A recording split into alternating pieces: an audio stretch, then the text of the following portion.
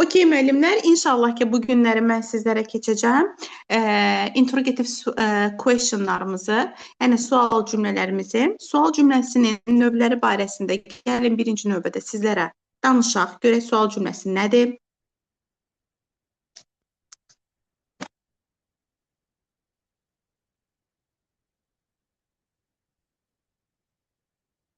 Interrogative sentences, yəni sual cümlələrimiz. Müəllimlər, sual cümlələrinin növləri çoxdur. Gəlin baxaq görək ümumiyyətlə növlərimiz hansılardır. Birinci növbədə general, yəni bizim ümumi sual cümlələrimiz. İkinci növbədə tag. Yaxşıyam Gülsərə müəllimə, siz yaxşı olasınız. Üçüncü növbədə alternativ.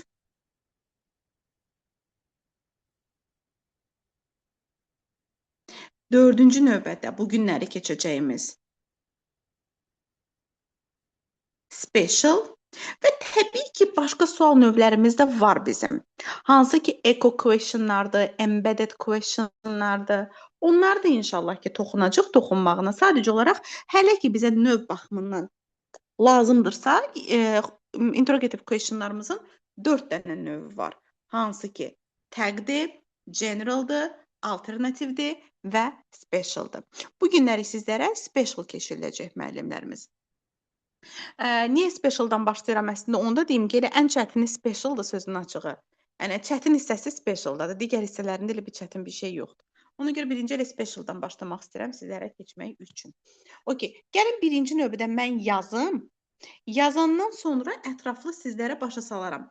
Görsəz ki, hansınısa yazmamışam müəllimlər, hansısa sual sözünü yazmamışam. Deyərsiniz, onu da qeyd eləyərəm. Birinci yazıram, çünki hamısının tək-tək özünə məxsus qaydaları var.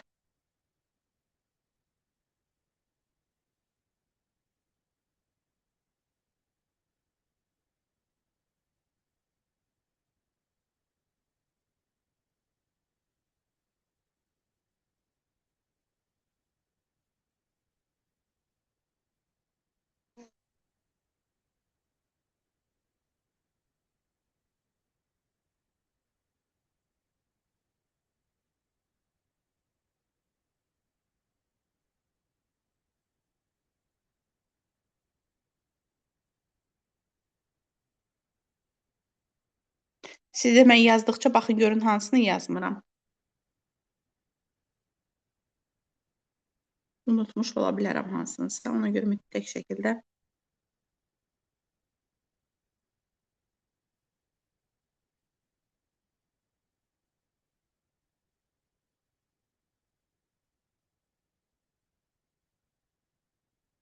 Məncə hamısını yazdım.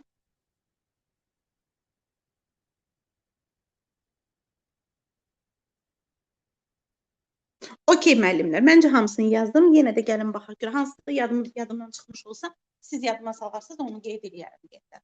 Okey müəllimlər. Bunlar bizim WH questionlarımızdır ki, biz bunları xüsusi sual cümlələrimizdə, yəni bu WH sual sözlərini deyək, bunlara həm də nə deyirlər? Interrogative pronounlarımız deyirlər, sual əvəzliklərimiz. Həmin bu sual əvəzliklərimizin köməyi ilə düzəldirik biz xüsusi sual cümlələrimizi. Və birinci növbədə what və who ilə başlamaq istəyirəm. Ümumiyyətlə, müəllimlər, siz bilməlisiniz ki, bütün cümlə üzvlərinə ayrı-ayrılıqda sual verməyimiz mümkündür.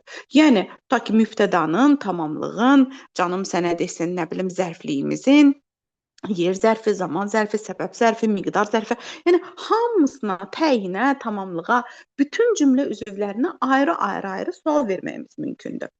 What və who da həm tamamlığımızın, həm də mübtədanın sualını özündə göstərir.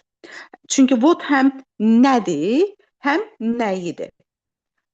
Whom həm kimdir, həm kimidir. Hətta bəzən kimi ilə ola bilər, kim haqqında ola bilər, o artıq baxır hansı propositiondan işlənməsinə görə. Hələ ki, o qaydaları keçməmişdən əvvəl sizə bir qayda haqqında məlumat vermək istəyirəm. Təsəvvür edin ki, bu cümlədir. Bu cümlə gedir və cümlənin sonunda propositionlar veriblər. İstənilən proposition bura aiddir. On olar, at olar, in olar, by olar, fərqi yoxdur. İstənilən propositionu bura qoya bilərik. Propositionlarımızı da vermişik. Əgər bir cümlənin sonunda proposition görərsənsə, avtomatik olaraq bilməlisən ki, həmən sual sözümüz, yəni həmən boşluğumuz ya who olmalıdır, ya what olmalıdır. Deməli, bir cümlənin sonunda proposition varsa, sual sözümüz ya who olmalıdır, ya da what olmalıdır. Yəni, ikisindən birini verməyimiz lazımdır mütləq şəkildə. Amma yeganə propositionımız fromdur ki, həm də where ilə istifadə oluna bilər. Mən demədim ha, from who ilə və ya what ilə ola bilmir. Əlbəttə ki, onlarla da olur.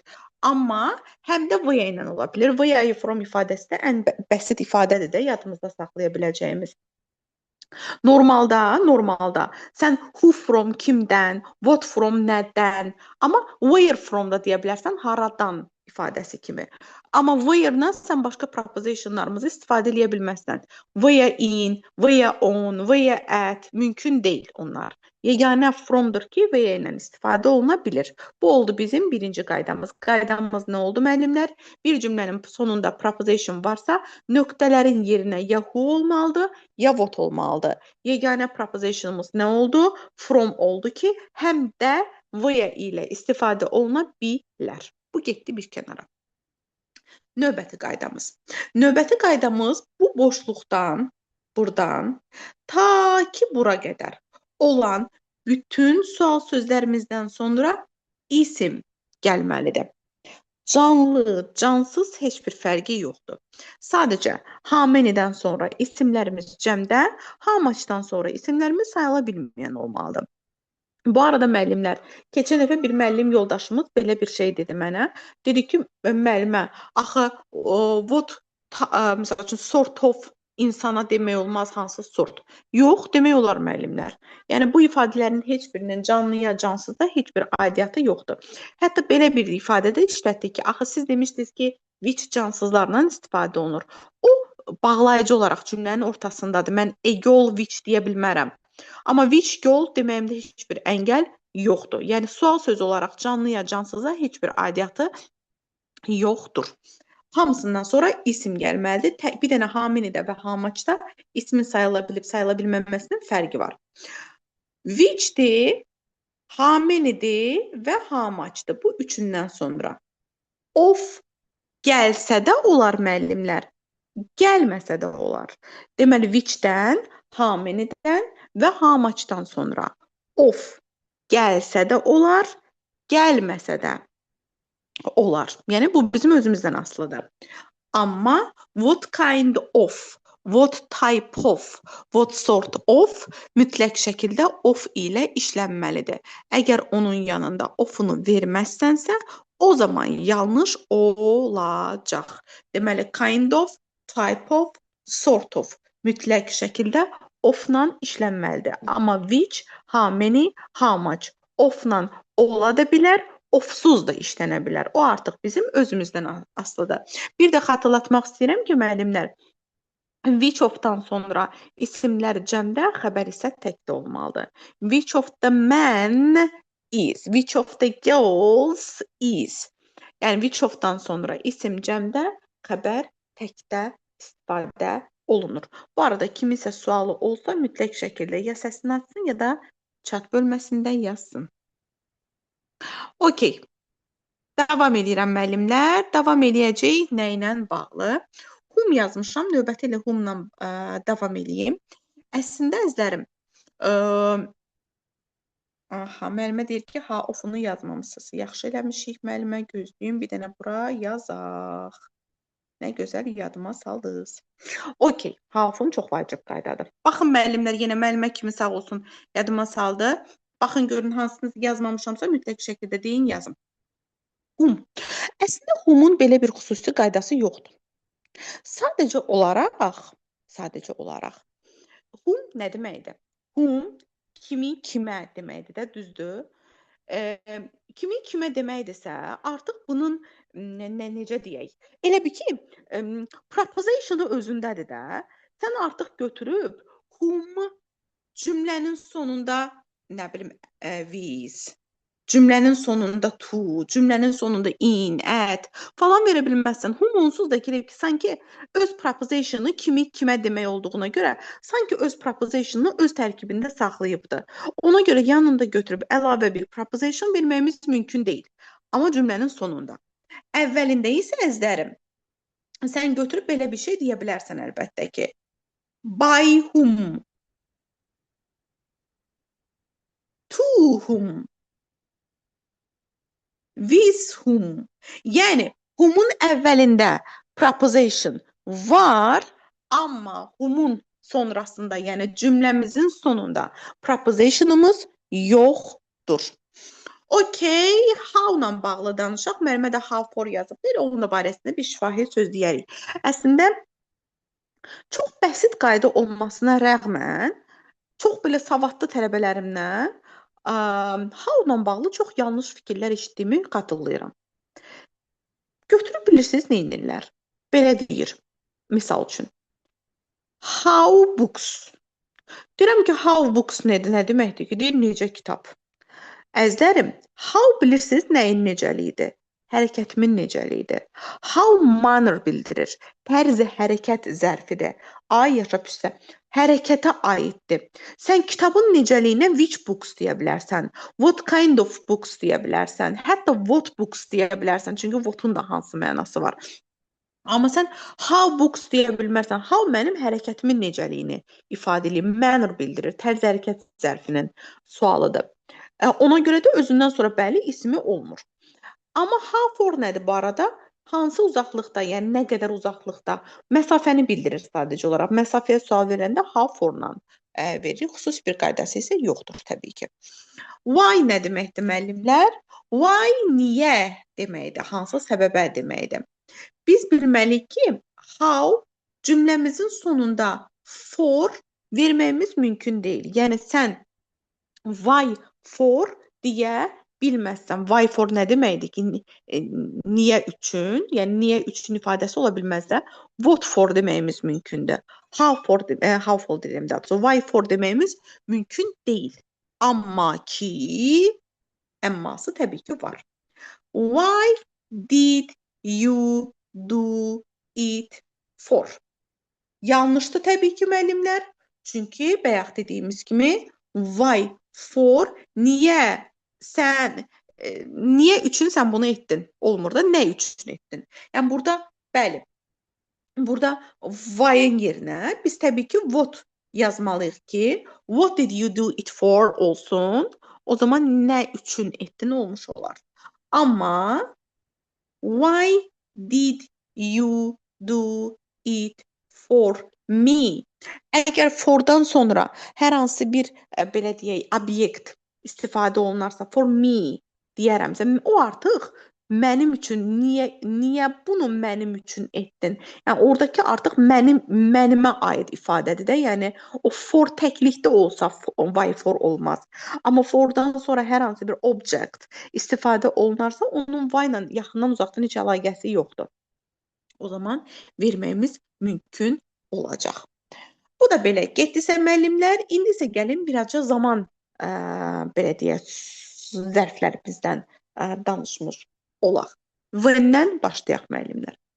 When-lə what time bir-birlərinə əmoğlu sayılırlar əslində. Fərqi varmı? Müəllimlər, düşərmi, düşməzmi? Orasını düzdür, qarantiya vermək mümkün deyil. Amma belə ümumilikdə gəlin mən deyim fərqini, belə heç vaxt düşdüyünü görməmişəm. Amma gəlin yenə də mən bir fərqini deyim də sizə. Deyir ki,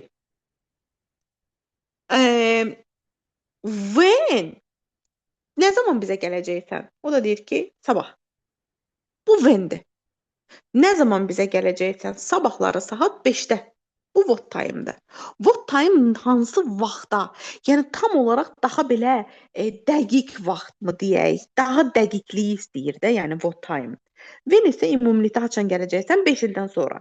Yəni haçansa da, yəni başa düşdünüz, daha dəqiq olmayan sabahları, nə bilim 10 gün sonra, amma konkret olaraq mən səndən vaxt istəyirəmsə, bu zaman what time-la vermək lazımdır.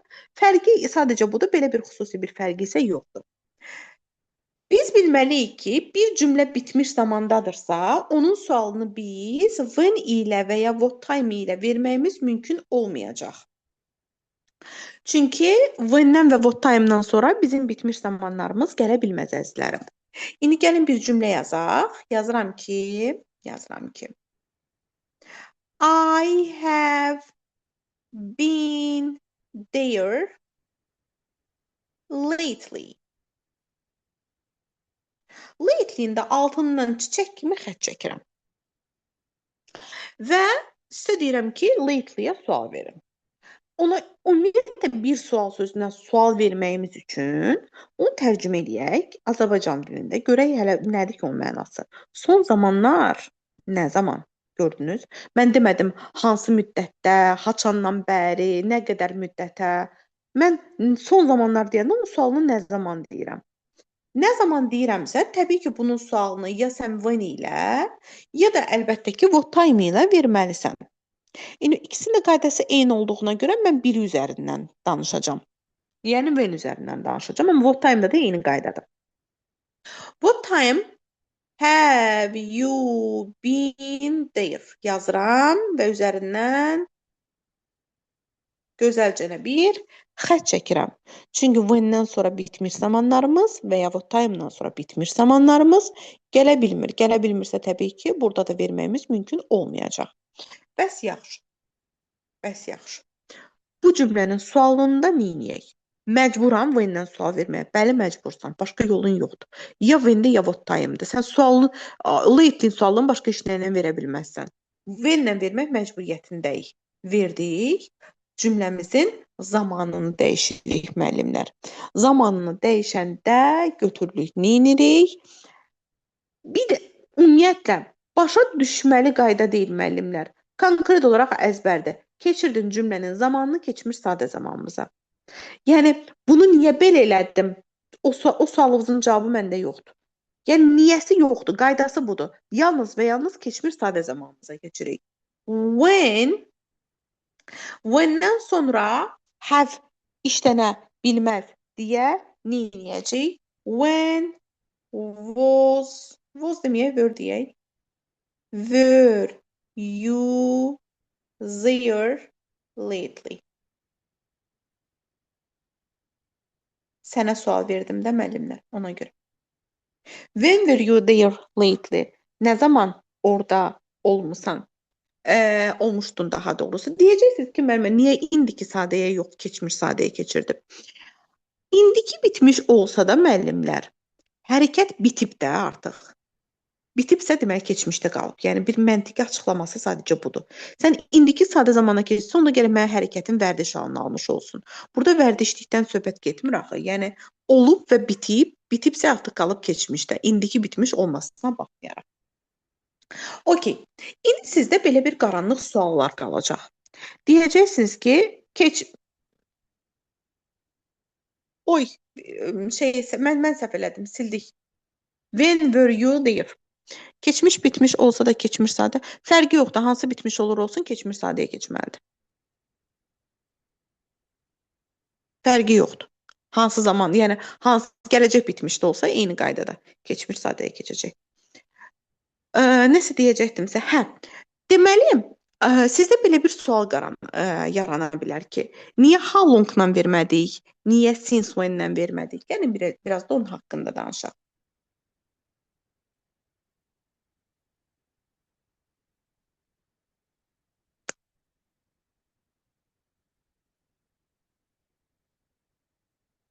Əgər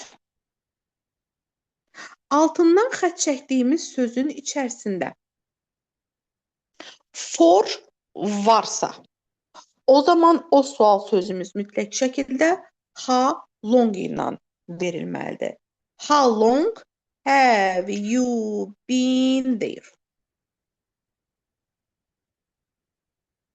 Deməli, altından xətt çəkdiyimiz nə qədər müddətə? Deməli, altından xətt çəkdiyimiz sözümüzün içərisində for varsa, o sözümüz mütləq şəkildə how long ilə verilməlidir. Yox, altından xətt çəkdiyimiz sözümüzün içərisində since varsa, onun sualını isə since when ilə verməliyik. Yox, vermək olmaz mənim.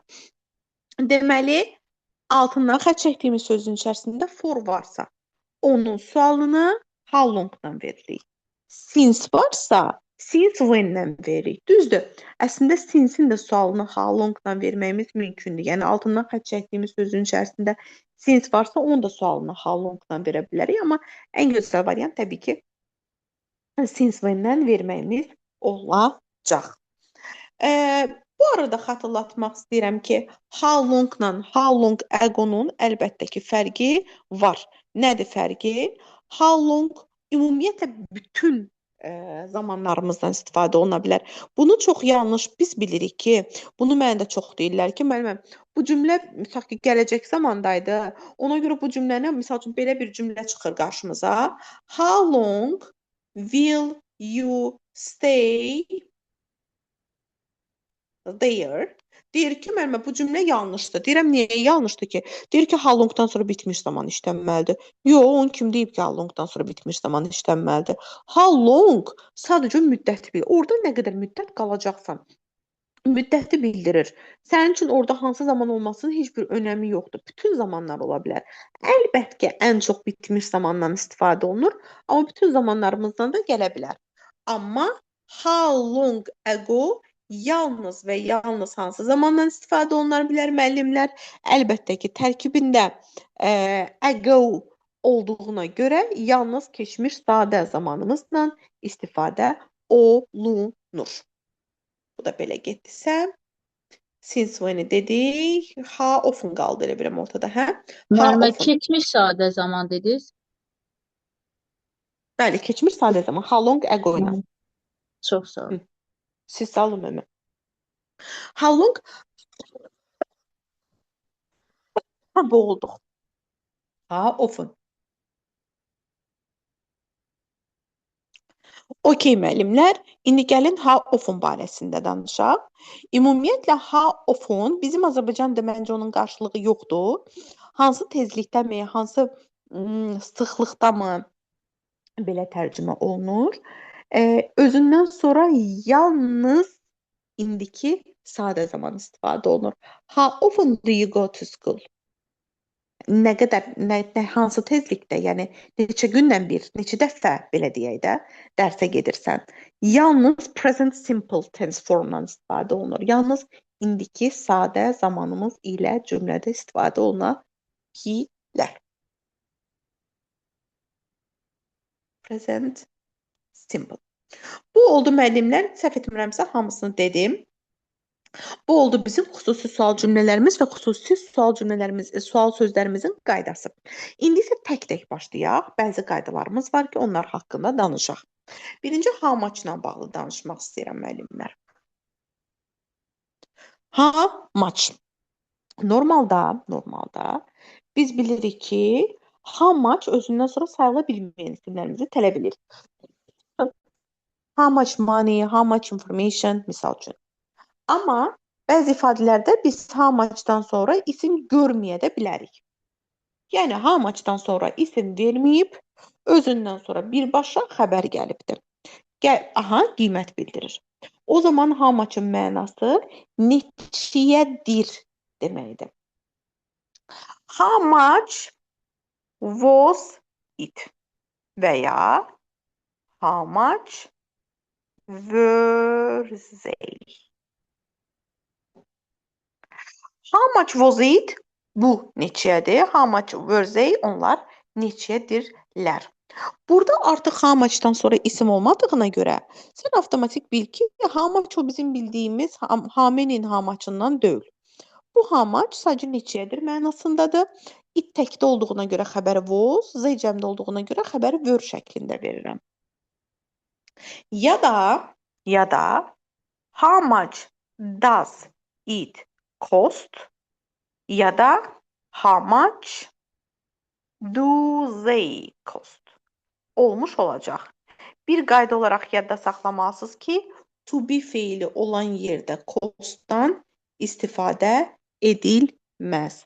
To be feili varsa, costu oradan silin, çünki to be feilin yanında costdan istifadə oluna bilmir. Bu qaydada belə getdisə müəllimlər, indi isə cümlə üzvlərinə sual verməyinizi istəyirəm. Ümumiyyətlə müəllimlər, yadda saxlayın ki, mübtəda və mübtədanın təyini, yəni mübtədanın qarşısında onu təyin edən söz, belə deyək də, onlardan başqa heç bir cümlə üzvündə, daha doğrusu, bütün cümlə üzvlərində köməkçi feildən istifadə olunur, onlardan başqa. Yəni, sən mübtədaya sual verəndə və ya mübtədanın təyininə sual verəndə köməkçi feildən, yəni do-dan, did-dən, does-dan istifadə etməyəcəksən. İndi gəlin bir cümlə yazaq. Tom spends hara getdim?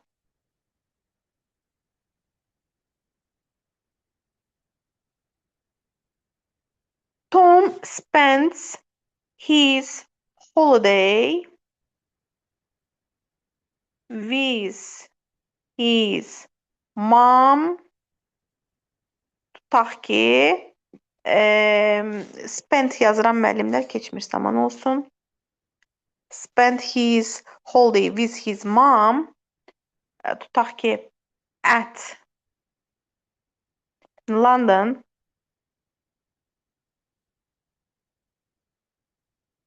Last year. Əlimdən gəldiyi qədər bütün cümlə üzvlərini yazdım müəllimlər. İndi sual veririk. Tom sənin nəyindir? Mübtədan. Spend sənin xəbərin. His holiday nəyi keçdi? Tamamlığın. Kim ilə keçdi? Tamamlığın. Harda keçdi?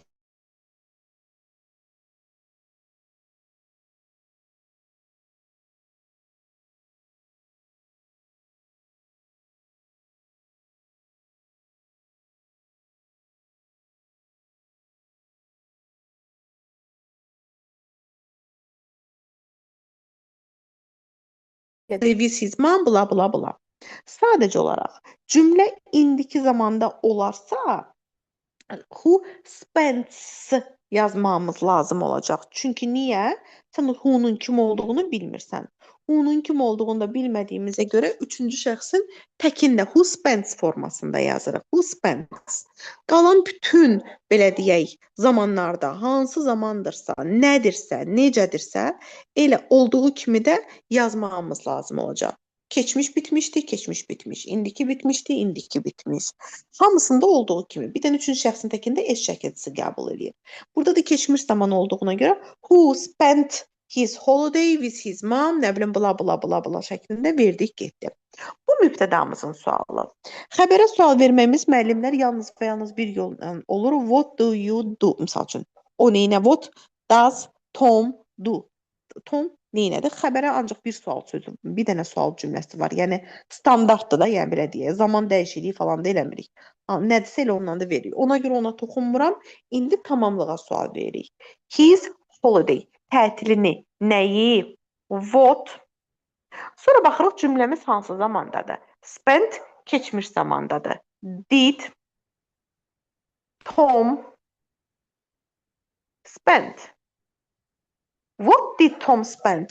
Tom nəyi keçirtdi? His holiday. Tətilini keçirtdi. Deməli, tamamlığa sual veriləndə sual sözü, köməkçi feil, mübtəda, əsas feil şəklində olacaq. Diqqətli olmalısınız. Nə ilə bağlı? Köməkçi feilindən əsas feil ayrılmalıdır. Ortaya mütləq şəkildə tamamlığımız, yəni tamamlıq deyirəm, əstəğfurullah, mübtədamız girməlidir. Tamamlığa təyin sual verəndə kömək. Bütün cümlə üzvlərində köməkçi feildən istifadə olunur. Mübtəda və mübtədanın təyinindən başqa. İndi with his mom. With his mama ya sən who cümlənin sonunda with ilə sual verəcəksən, ya da with whom-la sual verəcək. Yəni mən with whom-la sual verirəm. With whom, çünki cümlədə with preposition var deyə mən onu istifadə etmək gərəyindəyəm. With whom did Tom spend his holiday? Kim ilə tətilini keçirtdi? Bu şəkildə yenə də gördünüz, köməkçi feil, mübtəda, əsas feil. In London, Londonda, harada? Where did Tom spend his holiday? Yenə də eyni qayda. Nə zaman? Last year. When did Tom spend? Yenə də eyni şəkildə də fikir versiniz, müəllimlər. Köməkçi feil, əsas mübtəda, əsas feil. İndi isə gəlin mən sizə bir cümlə yazım. Həmən cümləni o 9 dəqiqə ərzində vaxtımız olanda siz mənim üçün, haycan, siz mənim üçün siz də keçirdin deməli şeyə, azad evlərində. Sən yanında qalardı. Deməli, keçirdin, sual verin cümlə üzvlərindən, sonrası isə Allah kərimdir. O digər qruplarımda da yazmışam. Sizdə yazacağım. A terrible accident took place.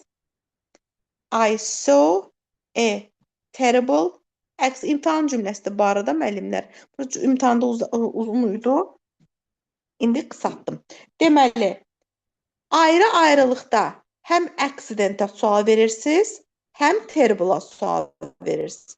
Eyni ilə ayrı-ayrılıqda həm accidentə, həm terrible'a sual verəcəksiniz. O 9 dəqiqə müddətində müəllimlər. Yəni 4 dənə sual yazacaqsınız mənə. Birinci cümlədə həm accidentə sual verin, həm terrible'a sual verin. Eyni ilə ikinci cümləmizdə də həm accidentə sual verin, həm terrible'a sual verin. 4 dənə sual cümləsi yazacaqsınız mənə. Növbəti 40 dəqiqəmizdə inşallah mən də sizlərin baxım görüm hansı formada yazırsınız, düz mü yazırsınız, səhv mi yazırsınız. Ondan sonra sizə Allah kərimdir. Dərsimizin ikinci yarısında müəllimlər sizə Moodle-la bağlı test vermişdim, yadınıza düşürsə. Həmən o Moodle-un testlərinin izahını verəcəm. Səhvlərinizə baxacağım daha doğrusu. Sonra isə bu arada Moodle vermişəm də ay yaşa. Moodle-un izahını